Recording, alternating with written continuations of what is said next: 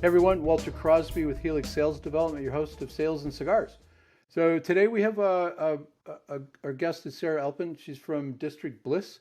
She's got a cool networking group that she's created that promotes community, promotes the idea of networking with a sense of kindness and not being these are my words, not hers, but not being an asshole, really trying to be a good community member. And she tries to encourage people that are in the same business to help each other out and to know when somebody might not be a good fit, they might be a good fit for one of their colleagues. So it's a cool little business. She's a photographer.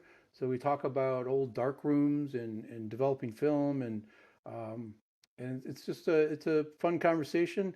We talk a little bit about sales, so go grab a cigar, grab a cocktail, strap in for another fun episode of Sales and Cigars. Thanks. So, Sara, welcome to Sales and Cigars. Appreciate you taking some time to jump on the program. Thank you. Thanks so much for having me, Walter. I'm really excited to be here. So, let's talk a little bit about your entrepreneurial journey. I don't know where that started or where you got the bug, um, but can we kind of go there and kind of give the audience a little background? Sure. So I started as a darkroom photography teacher. I taught in high school, and I ended up I had a summer job, which is like a normal person's side hustle, as a photographer. So I did weddings, and I ended up getting attacked by a student and couldn't go back to teaching. And so, and your face is the normal response, which is surprise.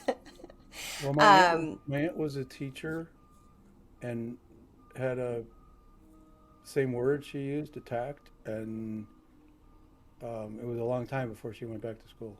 But yeah, yeah. Well, I unfortunately ended up not being able to go back, but I loved it. I miss teaching every day. Um, but it did then force me to kind of figure out my next move in life. And I wasn't just going to sit around and watch, live stream TV or whatever. And so I ended up deciding I needed to bring on a photography team to work with me, and I needed to bring on photographers that I could refer out to. Because I couldn't take all the weddings physically that I would want to. And so I would go to networking events and I would introduce myself, and people would say, "Oh, you're a photographer? I'm a photographer." And then say they didn't need to know me and turn around and close me out of the circle. hmm, And I hated it. I hated it. I hated that that was a thing, especially because I was going looking for photographers to work with, and to refer to, because you can't just like ghost clients. That's not good client care. And so I decided to break the system, and I founded District Bliss to bring people together instead of pull people apart. okay, well that's a cool story. So I want to go back to one thing you said, darkroom photography. So I took photography in high school, which was a long time ago. And there was literally a dark room. We learned how to put the paper in the one thing and then slide it over to this one and then hang it up on the thing and right and then actually see development. Is that what you're talking about? Yep, that's what I'm talking about. That's that's cool for those people who think cameras were always no film and all digital and you could just delete and take thousands of pictures. It used to cost a lot of money to develop pictures. Yeah, it's funny. I think you'll appreciate this since you actually took the class.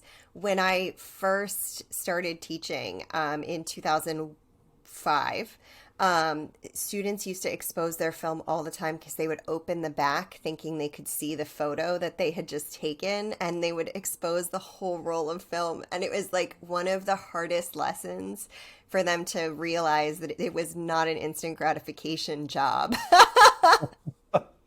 No, we literally had to wait sometimes weeks Yeah. to like I mean I'm old enough to remember the little photomat buildings with the blue and the yellow roofs where people used to drive up and they would collect the film and then send them off for processing. Um, that's funny.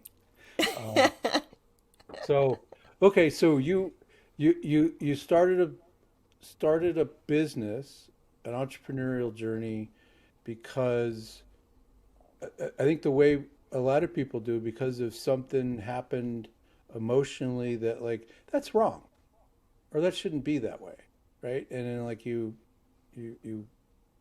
just create a business out of that to solve that problem for yourself and other people. Is that fair? Yeah. Yeah. Okay. So like, talk to me about, because I don't understand that, like when I was selling in a literal competition, like I would compete with this company and that company, I never treated them as like, the evil empire. It's like we were all friendly, and we would see each other on a regular basis on job sites, and I don't know, we were competitive, but we weren't uh, wouldn't turn around and close you out of the circle, which is just rude. Um, Yeah, I think it used to be more like you would rib people, right? Like you would like give them the business. But then I and honestly, not to say anything bad about photographers because obviously I am one. It's possible that it is a bit of the artist mindset, where there's a bit more scarcity mode in mhm. your brain. But yeah, usually, and I think it's such an underrated thing to be able to refer someone who's not the right fit to someone who is. Because if the client isn't a right fit for me, they don't want me at their wedding day for 10 hours hanging out with them. Right. They deserve to have someone that they want to be there. And or if I don't feel like it's the right fit. And so it was always very odd to me because that's such good, it's important client care to be able to refer someone out when they aren't the right fit. And I actually get a lot of those clients that I refer out because I still do this all the time. But when I refer someone out, they will still refer me because they felt so cared for. So they'll send their friends my direction, even though I didn't photograph their wedding. Because you did the right thing, Yeah. right? And people, I don't usually give people credit, but I think people understand that somebody was trying to to be helpful and to be of service, and that's what you, because I do that all the time. I like, I'm what you want, I can do it. It's not my thing. I'm not great at it. I'm not going to be excited about it. But my friend Scott, he's awesome at that. So if it's okay with you, I'd like to introduce you to Scott. And if Scott passes and we can't figure something out, then let's talk again. But um, I remember the photographer we hired for our wedding. I was like, look, there's one thing I care about, or two things. One, make her happy, right? And two, we're having a cocktail hour and it's going to be over on this thing over here and it's going to be great food. And we paid for our own wedding, so like I want the food. Like you don't ask me to leave the thing for the photo. So what did she do? She asked me to leave the cocktail hour I to was go going to over say there. she let you go enjoy cocktail hour. No, she did not. But I'll give her this. I'll give her credit. She's like, the sun is over here, the angles, the shadows, all the stuff you guys care about was perfect over here. Like, okay, I'm not going. She's like, you have to. And then her assistant had a tray of food and two glasses and another bottle of champagne. So it was like my third bottle of the day. And she's like, she's coming with us, so you can have both. Okay, all right. Because she honored her, honored my request, so to speak, by having the food and the booze. But I missed all the people. I didn't get that. But anyway, I'm not sure why I brought that up. But um, there is it might be the creative artistry kind of zero sum game. I'm doing this and I'm going to do the right thing.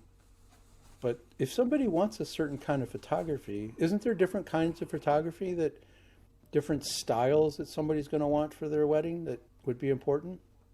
Oh, totally.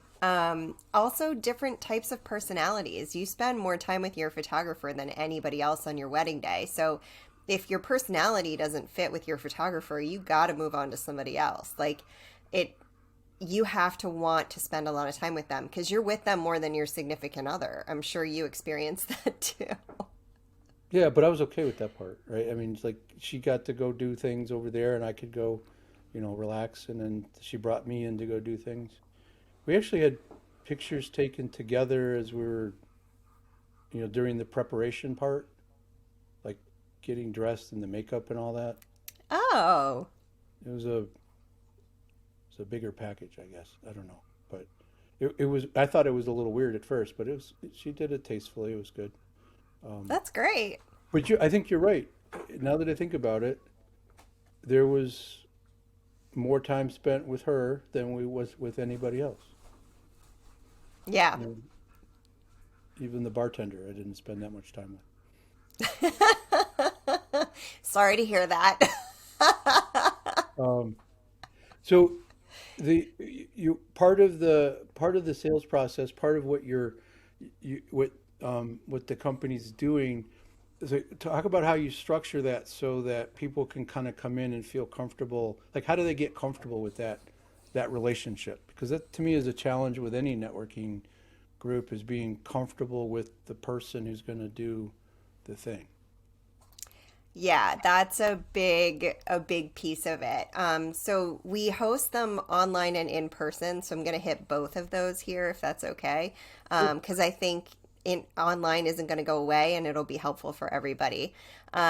So when it's in person, a big part of what I do is I meet everyone as they come in and I find out what they're doing and who they are. And then I can say, oh, well, you know who you should meet? This person, and I'll take them over and introduce them. Because then they already have an in, there's already a reason that I'm connecting them and introducing them. And for me, it takes 3 minutes to meet somebody and then introduce them to somebody else. But the impact of that when they come in and they immediately feel welcome, cared for, seen, heard, and have someone there to talk to safely and comfortably, it makes all the difference in the world because then you're not just doing like the boring sales pitch stuff or the anxiety provoking sales pitch stuff for a lot of people at networking events, or trying to find a circle and everybody's in the tight circle. So what are you going to tap them on the shoulder? Right. Um, Spill a drink on somebody's back. yeah, like nudge your way in, Right. like alignment. So that I think that's part of the reason that they're really successful in person. In terms of virtually, what we do is I have everybody do their elevator pitch or whatever you want to call that statement. That's essentially what the primary benefit of your business is into the space, and they get 30 seconds to say who they are. And then I have them drop that info and their links to connect in the chat. I send them all to breakout rooms with prompts, which are celebrating a win together, something they're working on, or a challenge they have that's current. Because usually somebody has an answer or resource or something for that person, and it feels really good to have that like ticked off the list. Hmm. And then we have them share something that's like funny. So a cocktail item trivia piece, or something light, like what's your favorite thing to do in the city that you're from, that sparks like a real conversation. And I take all of those links that they drop in the chat and information, and I send it out to everyone who RSVP'd for the event afterward, so that they don't have to worry about trying to put their email address in and give it to somebody to connect later. And everyone that didn't get into a breakout room can actually connect afterward. And then I teleport around because I don't want to miss out on the networking either and getting to know everybody. So when you do the in-person ones, they're geographically convenient to where you are because you're in the DC area, so you can kind of maneuver that around, right? Yeah, Uh, so we can hit a big area in the DC area because obviously DC, Maryland, Virginia. I mean, even Pennsylvania is only like an hour from here, and West Virginia is about an hour too. So we also have a big LA chapter, and we used to have New York, but I haven't ventured back post in quotes pandemic. mhm. Because it's a I don't know what's still open there because I haven't been back up. enough to like know which spaces are still open, and a lot of people change jobs, so my venue connections are a little bit more limited. But we expand to wherever there's a group of people that wants to have that kind of networking experience. Okay. And the size of the organizations that are part of the group, it, does that go from like solopreneur to a rep or somebody in a larger organization? Is that It goes from solopreneur to about 10 people in the organization. I think we have one that's closer to 15, but average is about 10 people, is maximum 10 people. Minimum, obviously, would be a one person. You can't have less than that. and you can have more than one. You can have more than one photographer in a group, and Oh, everybody yeah. just sort of has to learn to play nice together. So how do you bridge that turning around and turning their back on you? How do you vet that, or how do you coach that before they show up at an event? How do you help That's them a good not be an ant? question. I think a lot of that is conveyed in our branding. So a lot of the phrases that we use, and we're very value heavy. And we talk about being welcoming and lighthearted and that kind of thing. So people who live in that very competitive space tend to just immediately be turned off by it. Um, and then if I see that that is happening to someone, and the good thing is, as a former teacher, I see almost everything going on around me, then I will make sure that I go and grab that person that got iced out of the circle. And then I either introduce them to someone else or I talk to them. That's easier to do in a live event, though, right? Yeah, It's in harder to pull person. off. Harder to pull off. So are you? Because you said earlier that you're not the remote or virtual events won't go away just because there's a certain, I don't know, expectation, I think, these days. Um, but going back to in-person events is ideally the best case scenario. Um, Yeah. how do you determine when it's time to open one up in Chicago or LA? Or like what's that determination? Are you trying to do that? Is that a thing that is part of your growth plan? Yes. So we usually what happens is someone will come to me and they'll say, "Hey, I'd really like to, I wish I lived in your area. I'd really like to be part of these events." And I'll say, "Well, if you know a space and you think that there's a community there that would want to be part of this, and you'll help me promote it so that we have people see it that are in your area and we make sure people show up, then let's do it." And if it works, great. People tend to be lifers. Once they come once, they'll come to all of the events, Hmm. um, or as many as they can, obviously, come to. So it works really well. Once you have an event somewhere, it tends to just continue to have that, the word is escaping me, perpetual The motion. the I had it and I lost it, but like the sort of the momentum to get things Yes. going. Thank you. Centrifugal force was I was thinking that's not it. Momentum's got to be it. Okay. So is there a core group that is really good that they have a good mixture and then you can build these concentric circles out of to getting a group? Is there like a core group of professions?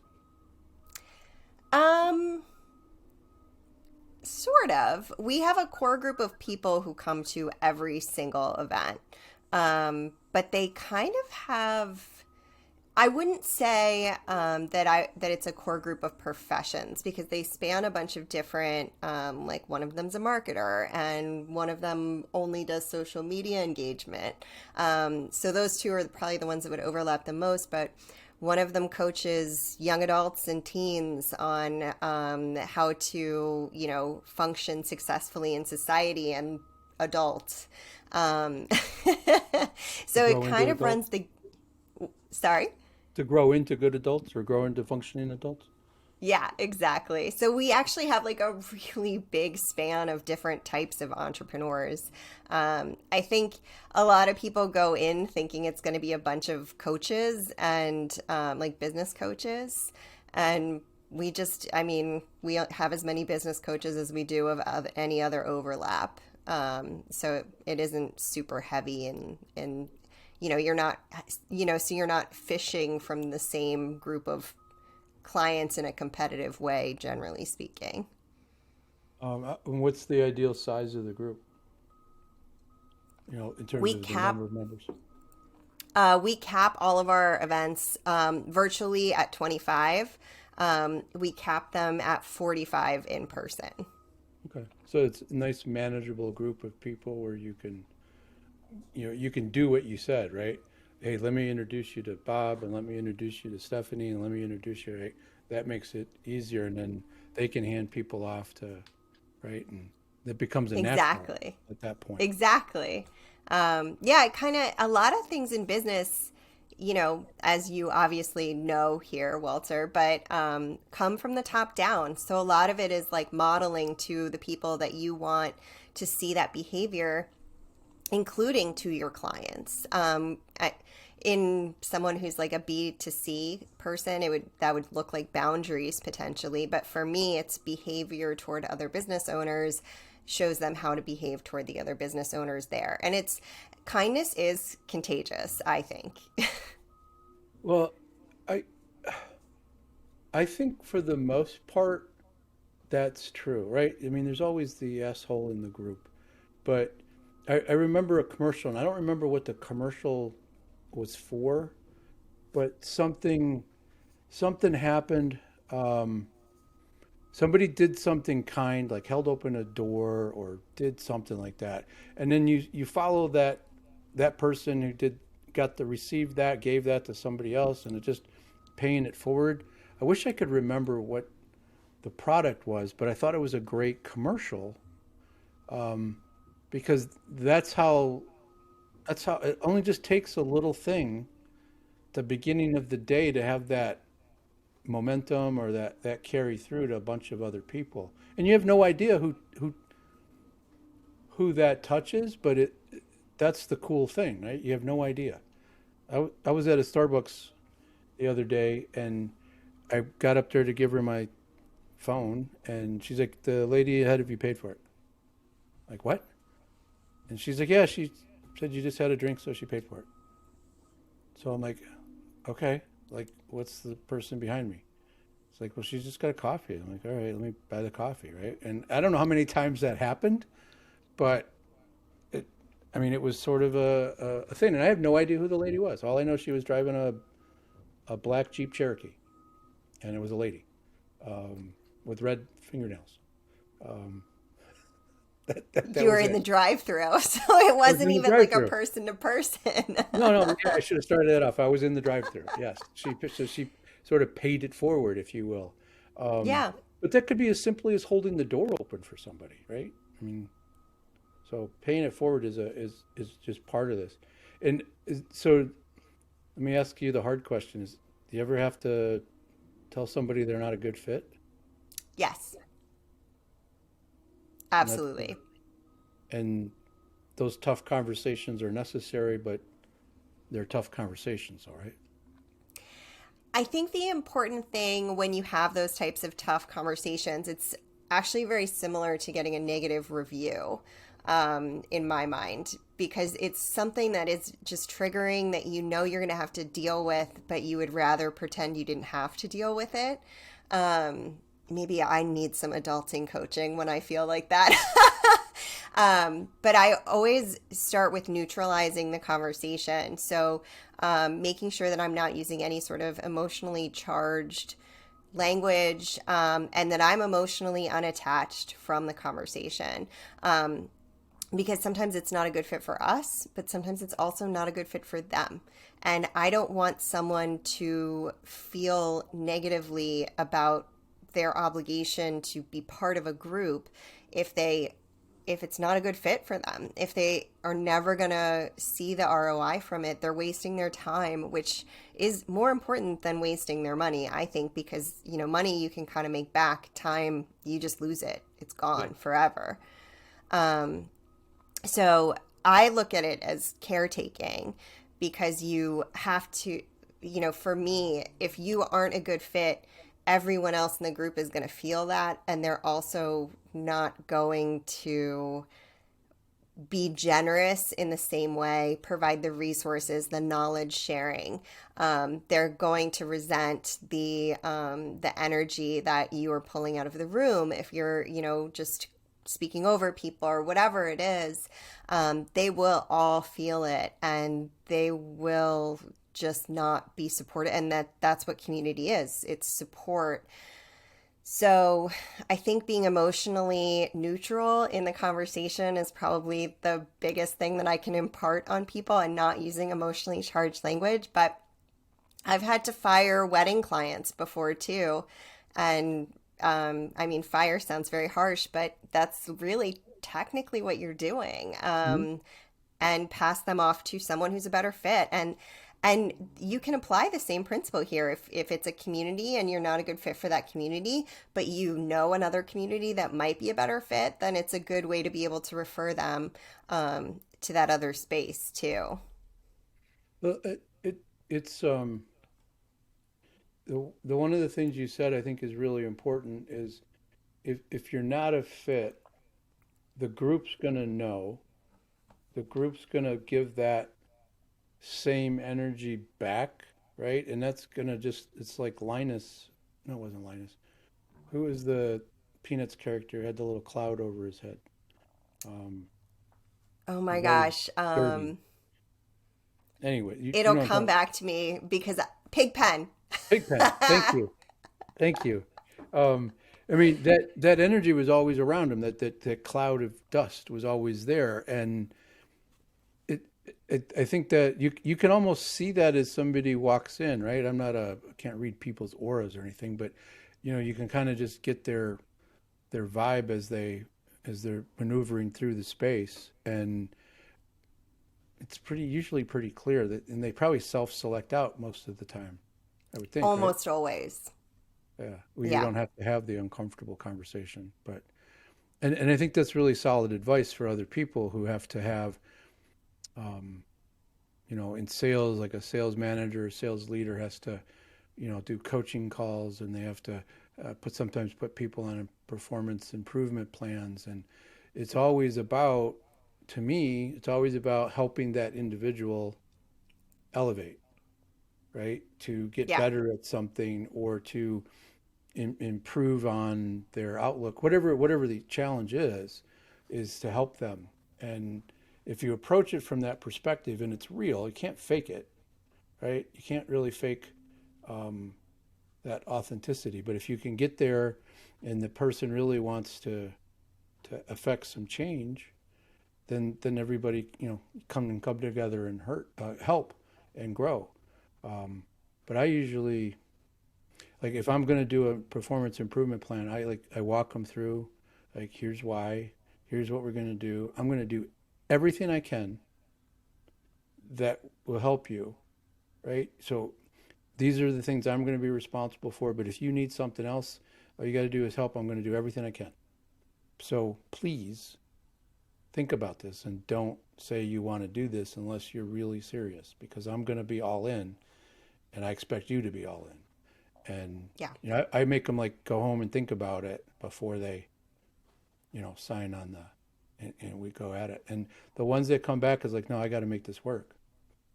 And I would say more often than not, people that really want to, we can get them there. But if they don't, it's a win for everybody, because there's, like you said, there's another networking group or another community that's going to help them more. Yeah, accomplish whatever their goal is that is maybe misaligned with my value system or our community's entire personality, because every business, we have personalities. Our businesses are infused with our personalities. They are, and our brand. Yeah. So I got one question about a tip for, because I remember going through looking for a photographer, and I was a little more mature and kind of knew what was important in the selection process. Um, but for that younger couple that isn't necessarily all mature and knows exactly what to do with photography, how do they communicate to a photographer what their vision is in their head when their vision isn't clear? Like, what do they That's a need? great question. Honestly, I would say most people don't really know their vision, even when they think they do, because they've never gone through it personally.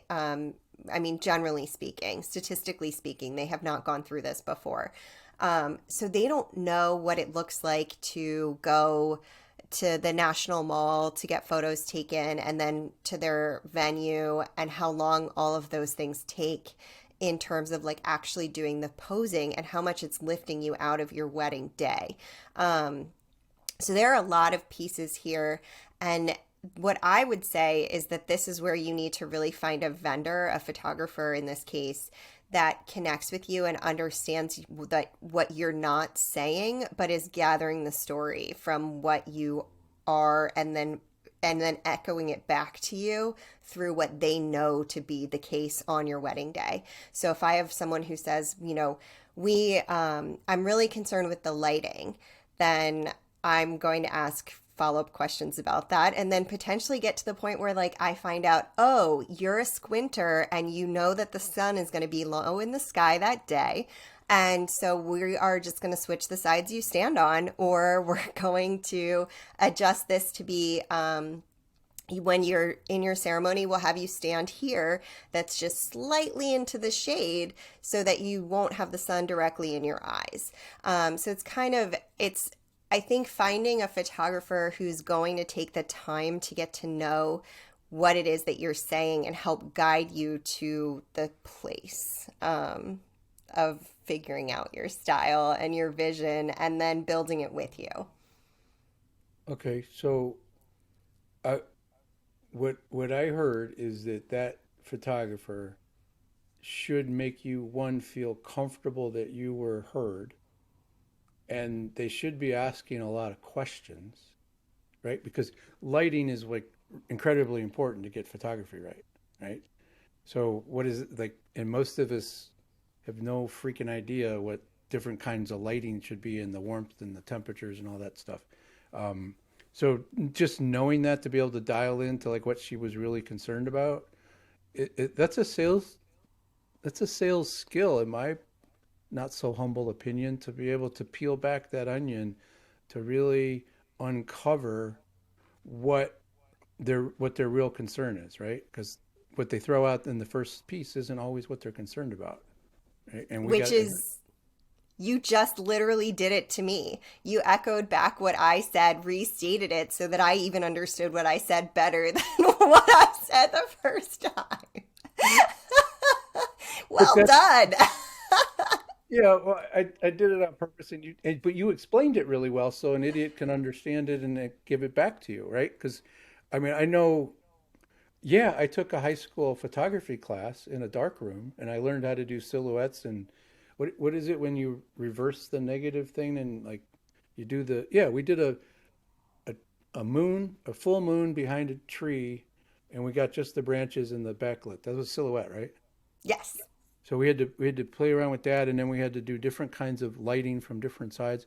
So I know enough to be dangerous, but that was all like a long time ago, 4 decades ago, um, and but to be able to um, work with somebody who understands their craft well enough to be able to dial that in to figure out the timing of things.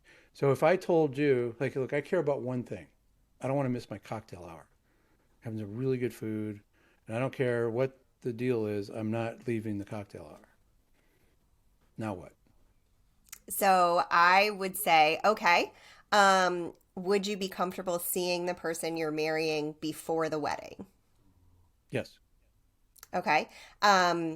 So what we're going to do is we're going to have you tell all of the people who are on your VIP list that you want posed photos with that they are going to arrive at this location at this time before the wedding. We're going to knock out all those posed photos. And then if I need to steal you away for a few minutes, I will ask you. If you say no, I will be fine with that. But it would only be like 3 minutes as opposed to 45. Okay. I like that better than here's a tray of food and here's a bottle of champagne. Um, because our And part, photography started at like 9 o'clock in the morning. whoa, Yeah. that's early. Yeah. I thought so. Didn't start with me at 9 o'clock in the morning. It started with her, right? Because they did like casual shots and the whole thing. But um, but then we had a delay at the wedding, right? Because her relatives were, um, they said they were stuck in traffic, but there was no traffic. They got hung up at a bar and were partying. Um, um, but we And only had, actually, that's a good point because I would ask that question too. I would be like, are your people going to show up on time? And if not, we're going to tell them this time. And if they're early, that's fine. They will wait, but we are not running you late. yeah, well, we waited for the wedding to start because of them, not like the people that were in you said the VIP people, they were all Yeah. there on time. They were there on time. But it's the cousins that were the trouble, as they usually are. Darn So, the cousins. so if somebody wants to connect with you and are interested, like if they're in the DC area, or if they're interested in and they're serious about getting something started, what's the best way to reach out to you? So the easiest way to find me if you're looking for the networking piece, because I should have specified this before, but these are two different businesses. I just have two businesses. So that would be districtbliss.com if you're interested in networking, either starting one in your area or coming to one of ours that are happening in the DC or LA area. Okay. And they can find District Bliss on the website, and you're on LinkedIn too, right? Oh yeah, I think we're District Bliss events on all of the socials. Okay. And I'll have all of the Facebook and Instagram, YouTube, and LinkedIn, all of that on in the show notes. Um, and is there a particular area that you have a drive that you want to put something in because you want to travel to, or you want to get out of DC area in the wintertime and go to Florida? Is there a certain territory you Actually, want to start one? we've actually been picking up we pick up steam in certain areas and we'll start getting virtual members in those areas, and we're getting a bunch in Texas and we're getting a bunch in Toronto right now. Austin or Dallas? Dallas and Houston, Oh, okay. which Austin's a seems super random, but It does. And in Toronto, that's also kind of random from big distance from Texas. Um, yeah, it's interesting, and it always makes me wonder, like, they aren't connected to each other before they come. So I'm like, how did we get you? Like, how did we get like five people from Houston? that's a good question to try to figure out which one of your platforms are working, right? Or which ones are resonating in certain parts of the country. Um, that to me is the hard part of figuring out what actually works when it comes to social media, because it's not about likes for me, it's about dollars, and where does that come back to? Where do I spend my time? So Yeah, because it has to be worth the investment of your time. Again, like time is the one thing you cannot make back up. the juice has to be worth the squeeze, as we say. Yes. So, I got last question I always ask: does Sarah, past or present, have a relationship with cigars? So I was thinking about this, and I have a past relationship with pipes, but not Oh, cigars. okay. Well, some of the oldest cigar shops. You'll see pipes and cigars together, right? They're usually like sailboats and motorboats, right? We kind of like, yeah, we Yep. both like the water and we love speak to you not here, but you got a sail and I got a motor, so I'm cooler, right? Um, it's a similar thing with pipes. I remember I went into a cigar shop because I'm weird. I go, and wherever we go, I kind of go find the coolest cigar shop. So I'm in Milwaukee and I walk into a cigar shop and there's like it's old, like 100-year-old cigar shop. And they got all these cigars in these like retail spots on the side. And then in the center of the room, it's all this noise and like a networking event going on. And guys with beards and fancy mustaches and cool hats. smoking pipes. And the cigar guy, I'm like, what's going on over there? And he goes, oh, hipsters, they like pipes. And I was like, enough said. So I don't mean to take steam out of your thing, but what's your pipe relationship? You didn't smoke a pipe. No, I didn't. My grandfather was an amputee who built railroads in Pennsylvania. And what I remember is him sitting, like telling dad jokes and playing pranks, Mm. and smoking a pipe. So you get your prankish behavior from your grandfather? Is that Probably. that's cool. All right, I appreciate that share. Thank you. Appreciate you taking the time. I'm gonna have all those ways people can reach you. But um, if you're in Houston or Dallas or Toronto, those are kind of like cooking a little bit, and they can get some virtual events going. Oh yeah, I mean virtual they can come from anywhere, but I think we probably are going to expand that way for in-person events in the near future. Awesome. All right. Thank you so much. We'll appreciate you taking the time to do this because, as you said a couple times, we don't get your time back. So Thanks for having me. I really appreciate you bringing me on the show. thank you.